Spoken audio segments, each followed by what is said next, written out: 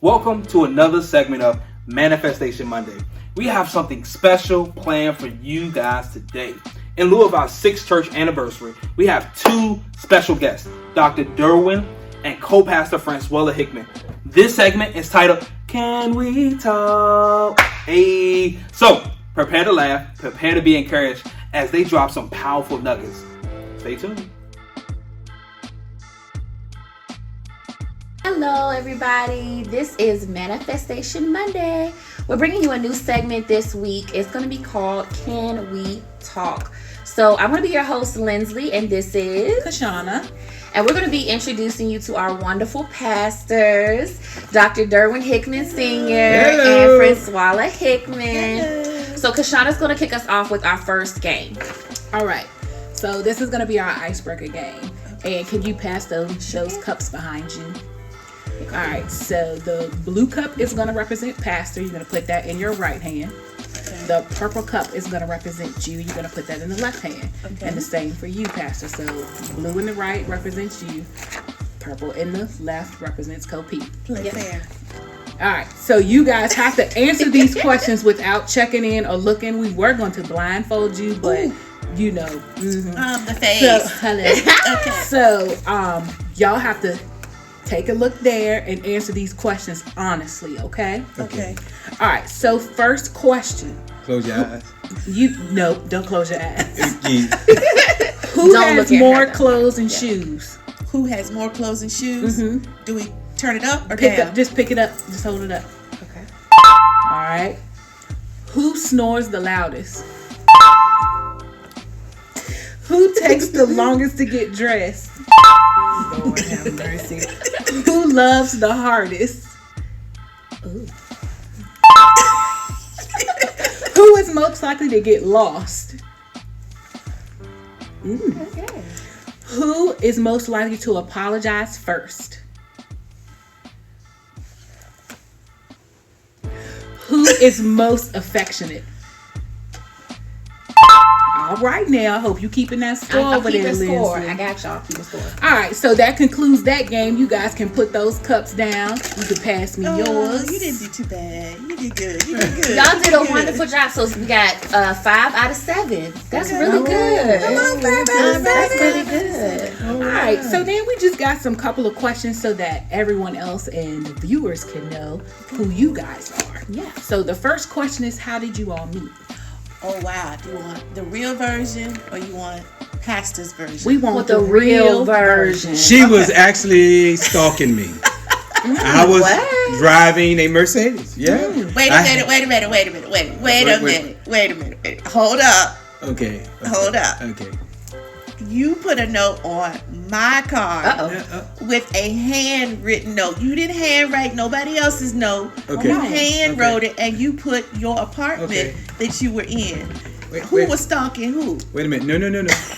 I was going throughout the community. Come on. Yes. Okay. And you want his version? I was going throughout the community. I have a sister who was with me, and we were putting the flyers down on all of the automobiles that were in there. Mine. Well, there was a selection process going on, and so I just decided to, write a few notes on the selected card, and that was it. I mean, so I just put up. Did you write and then, well, I didn't. It wasn't about how many I wrote on. It was actually about who was going to respond. Okay. So, and I did respond. It ain't take long. Well, when you know, right? When you know, you know. All right, so I have. No, I was on the lower level. She was on the top level, so she used to always have an eagle-eye view. Okay. No matter how y'all met, we love that y'all came together. No matter how y'all met. So our next question is, how do you balance kids, marriage, and work? And I know you guys own business, so how do y'all manage all of that? Jesus. Praise God. Hallelujah. It's the highest praise. That's all we can say. I mean, we managed to go through. I mean, then adding school. I just finished a year and a half ago almost, and that was just a lot that we went through. But it was like almost one day at a time. We just kind of say, okay, God, what is it you have for us? What is it you need us to do? And how can we help to balance each other? Yeah. And I think that is our whole thing about, or either what can I take weight off? Yeah. So many times we don't say certain things, but we are driving 2 different cars. We're calling each other as soon as we just leave the house, going to the same office. She's in her office, I'm in mine. And I walk around the corner, we talk, and then throughout the day, we're doing different things. Right. And then it's what we're going to do for dinner. So it's like we kind of shift. Yeah. You know, it's like, what are we going to do for dinner? Then it's like, what are we going to do for church? And then what are we going to do tonight to, you know, deal with whoever's doing what? Because as we have Manny who's playing and he's out, and then Diamond's here, and then DL and what he's needed to do. So we all just kind of move. And then you add family. Yeah, which is very important to Kopi as well as myself. But she has young nieces and nephews, which are mine as well. And so, you know, just a lot of hands-on. But I don't have any hair, so I guess that's part of the problem. I like what you said about taking it one day at a time. I think that's so impactful and powerful. What's the next question, Kashana? But if I can add, Oh yeah. when he says we set boundaries, and I think you have to think about that, because we're married, we're partners in business, we're partners in ministry, but we have family, and we still are individuals. And so I try to at least hold us to boundaries, which means work is work, family is family, church is church, and then there's pastor himself, and then there's Francoella herself. And so what I mean by that is we do things that are particular for that. At work, we're called Mr. and Mrs. Hickman. I don't call him babe. I don't say honey. He's Mr. Hickman. Mr. Hickman, can I talk to you? Mr. Hickman. At church, he is pastor. At home, he's babe, honey. So you have to understand those things is as much boundaries as we can. And I always tell him, and when we get to our room, that is our sanctuary. And as much as we laugh and stuff, I said, no work comes in here, no church comes in here. This is us. And so you have to, and that's what helps keep stability as well, is you have to have it compartmentalized, because otherwise everything is intertwined, and then you really are not balanced and you have no peace. Oh, that's beautiful. Boundaries, creating boundaries in the different areas. That's really good. That's really good. All right. So, knowing y'all for a while, I kind of know a little bit of this answer from you. But when did you realize when you were called to ministry? And was it something that you received together or separate? Well, I've always known I was supposed to be in ministry. I mean, I was grown up in ministry, born, bred, and trained for it. Literally, my grandmother trained me for ministry, and she said, you know, this is one day you're gonna be doing this. And I was like, yeah, no, I'm not doing it. I ain't marrying no pastor. I don't want no. And I wanted the white picket fence, and I just wanted to attend church. But of course, that's not in God's plan. But it did take years. Now, when we connected, he didn't see it. But he, as far as the levels we would go to, but he knew we knew we were going to be a family that was a family of faith. There was no question about that, because we talked about that when we dated. So that foundation was set. But it just took years, and he identified the calling or accepted the calling before I did. I literally was the holdup for several years to us going into ministries. And it wasn't until my grandmother had a stroke, and for a whole year, because my grandmother is a foundation of our family, and it was a whole year went by that I couldn't talk to her. I didn't have that confidant, and it really blew me up, because I had to rely on my faith. Not saying that I relied on hers, but I really had to rely on my faith. And so Emmanuel had asked for, I think it was like his 17th birthday, 16th or 17th birthday. He said, the only thing I want to do is I want to go see Granny. Oh, wow. And so we drove all the way to North Carolina for his birthday, and it was an appointed time. And when we got there, all of our family was there, and we spent time with her. And before we left, we prayed. And as Pastor prayed, each of her daughters and her granddaughters stood around her bed. And I was standing to her right, which was my left. And as we prayed, we were praying for, Pastor was praying for the lineage to continue. And that the mantle that she had was designated to each one of us in some form. Some part of her was to be deposited into each one of us. And so when I left there, I was driving home, and I kept saying my left arm was hurting. And it wasn't until the next day, that literally that next day we were in church and our bishop stopped what he was doing and he called us up and said within 16 months you all will be called to pastor. Wow. And so it was actually a spiritual thing. It wasn't a physical thing. It literally was a spiritual thing. So at that time we were praying. Her mantle passed and within about a month she transitioned on to be with the Lord. But that day I did get to call and tell her what God had prophesied to us, and she was so excited. So that's an intangible gift. I would just add for those pastors who are just questionable. I was that guy. 1 foot in church. I really did church. But I still wanted to do some world things. So I understand that piece, so I can recognize that spirit. A lot of times guys be like, no, I'm not talking about the one that's doing drugs or that's drinking. I'm not talking about that one. I'm talking about the one that is actually, you're doing church well, but you're doing street well as also. And so I recognize that God had a calling, as I shared with congregation, that when I was 8 years old, I got baptized at a church I knew nothing about. My cousins were getting baptized, and I didn't have any clothing. They put me on a white church robe, and I went down in the water because I said I knew God was calling me just for salvation for that. But I did not know at that point is going to take me through this whole journey. But at 25, God already told me what I was going to do and how it was going to be done. And that by 50, we would be pastoring. Well, it was like 48 is when we kind of got the call, and I was about 48, 47, 48. And I thought God had missed me, and I was okay with serving Bishop Daniel Robertson and co-pastor Lena Robertson in Mount Gilead, Full Gospel, which is our covering, and following Apostle as well. I had no problem with that. I was submissive, all of that. But then he said, I would be selfish if I don't release you to the world. And God has a plan, and so I've got to let you all go. And again, he's never done that before. And I told him that if God does not, Jesus don't come back himself, or my man of God does not tell me that this is what we need to do, I will not do it. Even though people prophesied, came to me, I didn't care. If those two didn't align, then I wasn't going to do it. And so that's how it happened, really. A call out when they were doing an altar call, and he said he didn't know whether or not if I was supposed to take him into the office, what. So he did this over 1,000 people that was there that particular day, and it was the first time that he had ever done that. Most time people go to him and tell him that this is what God is saying, and he said the first time we even talked about it, he said he didn't see it. And I was in India with him doing mission, and we sat at McDonald's, and he said, anything that you need, you've been well trained because you've been around me.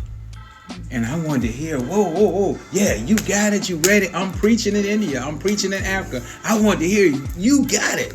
And he said, anything you need, you've been around it. So it didn't come like I thought, but it came like what we needed. Amen. I love that both of you have a spiritual grounding of how you found your calling. It wasn't something that you wanted. It was something that you felt spiritually called to do. Yeah. So I have another question. I'll be honest, I really am excited about this question because it's one that I picked. Okay. What makes being in ministry together so special? And you guys are going to know that I picked this question. And what do you do together to keep that special and connected, keeping the duo dynamic? Our connection is not physical. It's spiritual. Oh, I love that. And it has always been. We don't rehearse. We don't practice. 9 times out of 10, when we're ministering, he's in one part of the house. I'm in a whole nother part of the house. And we may talk about points, but nothing tangible, material, because we want to rely on a fresh word from God, because you can taint it by talking too much. And so our connection is really spiritual. We can be in 2 separate places and literally be thinking the same thing. We can be driving in a car and he say what I'm getting ready to say. So it's deeper than just the physical thing, and that's the thing that people don't realize. Ministry is supernatural. Ministry is a spiritual thing, and in order to flow together, you have to be spiritually minded. if I did not pray as much as I pray, as much as I watch for him, we would have so many attacks. Divine wouldn't even probably be here. I would say that we would not be a ministry, because ministry is not easy. But as far as us, we just try to maintain the spirituality and live what we are speaking. We're not perfect, but we definitely do live. And the most thing is that I love him. Okay. I love him, and I'm going to support him however I can in any way. As long as we're doing it together. I don't want to do it separately. I always want to do it together, and I want to be with him. Okay. Oh, Pastor, you want to add on to that? Well, I mean, what else can you say about that? And she definitely hit it. Our first conversation was about church. It's about her being youth pastor, working in the youth ministry and being a leader. At that time, I was telling her the things I was doing. So it has always been about that. Not that we had this courtship that was so stellar white, but it was the point that we knew God was cleansing us through the process to get to this point. So we didn't come in saying, oh, we did everything right. And that's what I'm so glad that we had some turnarounds and some different things that we had to go through, which set us up for this opportunity where we can connect spiritually. But that we knew it wasn't about the looks, of course. And I always say, my man to say, Dad, you got one. Then we laugh about it. But I thank God for that. But it was more than just that. It was about the right spiritual connection for where it is that He wanted us to go. She had to really help birth this out. And being connected to her family and Bishop Robinson was also a catapulting for what it is that we're doing. And so we continue to utilize that spiritually grounded. Everything has to be spiritually covered. That's right. And that's how we balance. If I'm not feeling the best, then she knows how to do whatever she needs to do. And then vice versa. We always are in tune with each other in the spirit realm. And that's not just a physical thing, but it's more of loving that and developing that spiritual walk, that I want God to get all that He can get out of her. And if He can do that through her, then that even makes this connection even the more powerful, because of how we see each other. And the other thing is that I see God in her. Right? Everybody say, oh, she's so beautiful, but I get that. But I'm saying, no, you have to see the God in her. I didn't say the perfect in her. I say the God in her. And when you see that, then you understand that we're all a work in process. And that she's allowing God, and I will allow God to shape us. And that's the important part, that I don't have any expectations to make her be this. And that's how we do too. She allowed me to flow. I can be as eccentric as I want to be, and she can be as beautiful and do whatever she wants. And we both appreciate that. And I think that that's the thing. She's not trying to out-preach me. I'm not trying to out-preach her. She ain't trying to out-pray me. I ain't trying to out-pray her. I mean, we just trying to do it together. Okay. Amen. And we love it when they come together. If y'all have never seen them do a teaching or preaching together, y'all should go to YouTube, Divine TV, watch it, because it's going to bless your life. Kashana, do you have the next question? So, coming up on the anniversary. Okay. What year? 6. All right, coming up on number 6. On March. Now, if you could give any advice to any up-and-coming ministries, what would it be? You're never prepared. Wow. You're never prepared. That's good. You may have the calling, but you're never prepared. That's like we always know a call is going to come in, but you don't know when it's coming. But you have to pick it up, right? But you never know what's on the other side of the call, right? And so you have to deal with that call whichever way it comes to. It could be something good, something bad, something sad, tragic, or whatever it is it may be, or that you were expecting. And I would say, just with the calling to a pastor that I started, again, it's not that you're not called because you have sea legs or you have 1,000 people release with you. That's a wonderful thing. Or you're a ground up ministry. Again, just know that this is a walk that's like being a baby. You know, you're going to have to go through the process of the weaning and all of the things and the nurturing and the coddling and some of the temper tantrums and all of that before you really get to the place that you know that this is what. And I applaud everyone who've been trained and been knowing this since they were 17, 8 years of age, and they're preaching at 25. God bless you. But when you're in your 40s, having to start something that people did in there, that's a different game, different animal. But it's not to say you're not called. It's just, again, our walk is not going to be your walk necessarily, but there's always some similarities that God always put in ministry. And so we learn to respect those who have gone before us. And that's important, that we don't laugh or shun anyone, because we understand where we are right now, and we're willing to release information, not to pull you down, but just beware.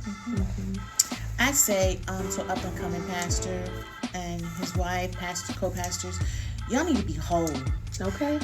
Because we have a lot of preachers and a lot of pastors that are hurting. They've taken the call and they did not understand the responsibility of the call. That's good. And they have not allowed God to heal them in many areas. And literally, you have pastors wounding people because they say hurt people. Yeah. And so if this is something you're going to do, you got to deal with all them little demons, all them little things, all them little secret things, because when you are called, the call is without repentance. And so therefore, that means you're an open book. I didn't say we were perfect, but we had to heal in a lot of areas. We had to dump a lot of garbage. And I'm grateful for that, because had we done this any sooner, we wouldn't be together. We wouldn't. And Divine would not be here. I'm serious, because a ministry can divide people. A ministry, because what you allow the ministry to do is take over you. But what I'm grateful for is that we knew each other. We knew God. And we allow God to heal us in areas. And if you really called, you can't play with it. You can't play with it. You can't turn it on and you can't turn it off. And you have to be committed, because it's something that's lasting. It's not one of them things that you can turn off and turn on. We say all the time, we are 24 hours. We're literally with our business and with ministry, serving people. And if you don't have a heart for people, and how you look at people is screwed, you won't be an effective minister. And you have grown children, so 21 up to get ready to be 30. So when you look at those opportunities, it's not just you all. We cover and worry. When I say worry, not in a negative way, but we are concerned, maybe that's a better word, about what they're doing, how they're doing, what they're thinking, how they're growing, whether we're putting too much pressure on them, how they're developing. And those things are very thing, because they are humans as well, and they have to go through their process, even though we may not like everything, but we still have to give them room, I should say, to grow, for them to develop. And so sometimes they may have to fall, and that's a part of the ministry piece for us as well, that we have had to learn too. And I want to say also, pastors, sometimes we are going to offend people. We thought we walked with a halo, right? And we thought that we are never going to offend anyone, we're never going to do that, but we've seen it before, yada yada. And I want to tell you, it will happen. Everything you did not want to do, everything you thought was maybe not done right, you'll find yourself actually doing that or going down those roads. And it's not intentional, but it may be a part of the journey process. And so when you call for healing, you have to remember that there are going to be broken people come. And then you may be a part of the breaking, but then you have to know how to heal people after you may have contributed to the break. And that's why it's important, again, when you say Jeremiah, then the potter's wheel, and he's there and going through and understanding that, and so it's important. Yeah, I appreciate you giving those nuggets. I think that's some good takeaways for ministers who are either struggling with the call or who are in new ministry. New ministry can be hard. And so now we got a little serious there, okay? Okay. So now we're about to get a little, I mean, we're about to have a little more fun, okay? So now we're going to have what we're going to call the encouraging moment, okay?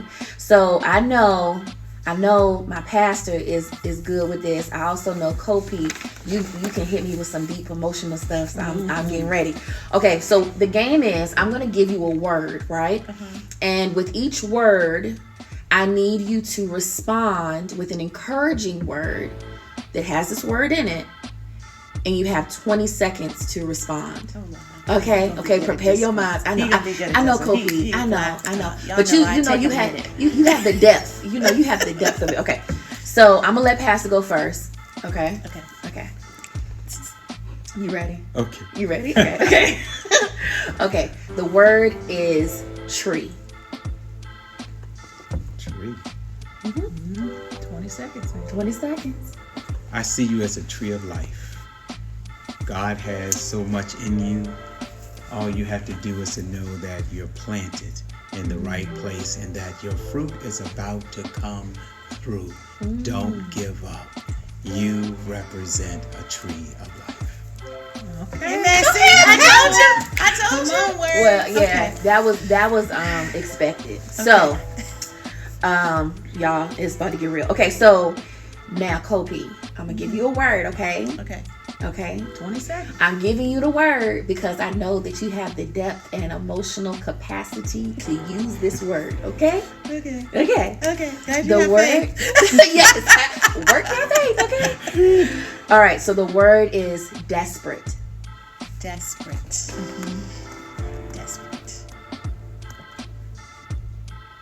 In desperate situations, you have to be desperate for the Creator. And that means you have to take desperate actions to seek Him in all the ways, because you can't live without Him. In Him we live, in Him we move, and in Him we have our being. And so just remember that you're never desperate, because if you are desperately seeking Him, you will always be filled with life, and you will always be filled with the next step. I told y'all it was gonna be deep. Come on. Whew. Okay. You make me want to be desperate, so I can. Okay. Pastor, another 20 seconds. Okay. All right. Okay. So this was a little harder. Okay, we getting a little. We getting up a little. Okay. This is a little harder. A little harder. Okay. Oh, that wasn't hard. No. Okay.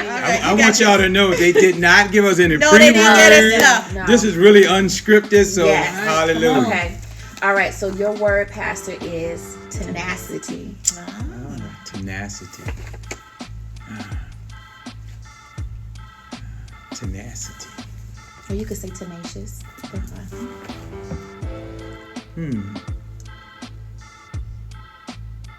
In order for God to get what He needed out of you, He was tenacious. He was not willing to allow you to slip away. Even when you pulled away, God came to get you. He said He would never leave you or forsake you because He was tenacious about you. You were destined for God, and God was destined for you. And so knowing that, that's the reason why you keep thinking about Him. That's the reason why you're thinking you're not doing enough. That's the reason why you feel maybe there's something on the inside of you. It will be fulfilled when you understand that God is tenacious for you.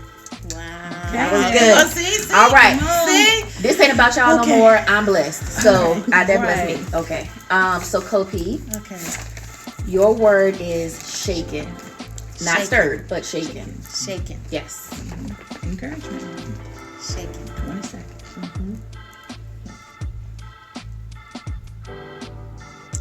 You may be shaken, but you won't be broken. Life trials come and they literally shake us. And when you think about something being shaken, it's taken in many forms or fashion, and the formation of it can be adjusted. But at the end of the day, when it settles to the root of who it is, or the root of what that ingredient is, you never see it break, you never see it come apart. It's still formed together, even though it's shaken. And so I would say that The shaking shouldn't break you. Why? Because you have to look to the hills from which cometh your help, and your help cometh from the Lord. Yes. And so even in shaken moments and shaken states, just know you won't break, and you can't be broken. Oh, that's good. Y'all better bless us today. Okay. We want to say thank you to our pastors for coming on this Manifestation Monday and allowing us insight into their lives, into their minds, into their hearts, and just taking time to sit with us and hang out. We had a good time. Yeah. They say you do it just a little bit better when you're dressed in leather. Come on. We see you representing us well, the black and white church with the heart of gold. Yes. So you really represent divine today. And as we say, can we talk? Can we talk? Can we talk? Amen. Good All right. job. Thank you guys for watching. Yes. And we will see you Manifestation next Mondays. time. Thank Thank you. you. Man, I hope you enjoyed that video and actually took some nuggets away from that. It's amazing to call them my pastors as well as my parents. You have never found leaders that are more passionate, genuine, loving, caring, dedicated to their members. When I say dedicated, they're dedicated to their people. They are humble, and the list goes on. As we prepare to embark on our 6th year as a ministry, we continue to stand on His word, built to last. Lastly, I would like to say to our pastors that I love you, I appreciate you for all that you continue to do for the ministry, how you continue to shepherd us. And I pray that God continues to cover you as we continue to look to our next 6 years as a ministry. So, as always, like, comment, share, subscribe, and continue to work your faith. We'll see you next week.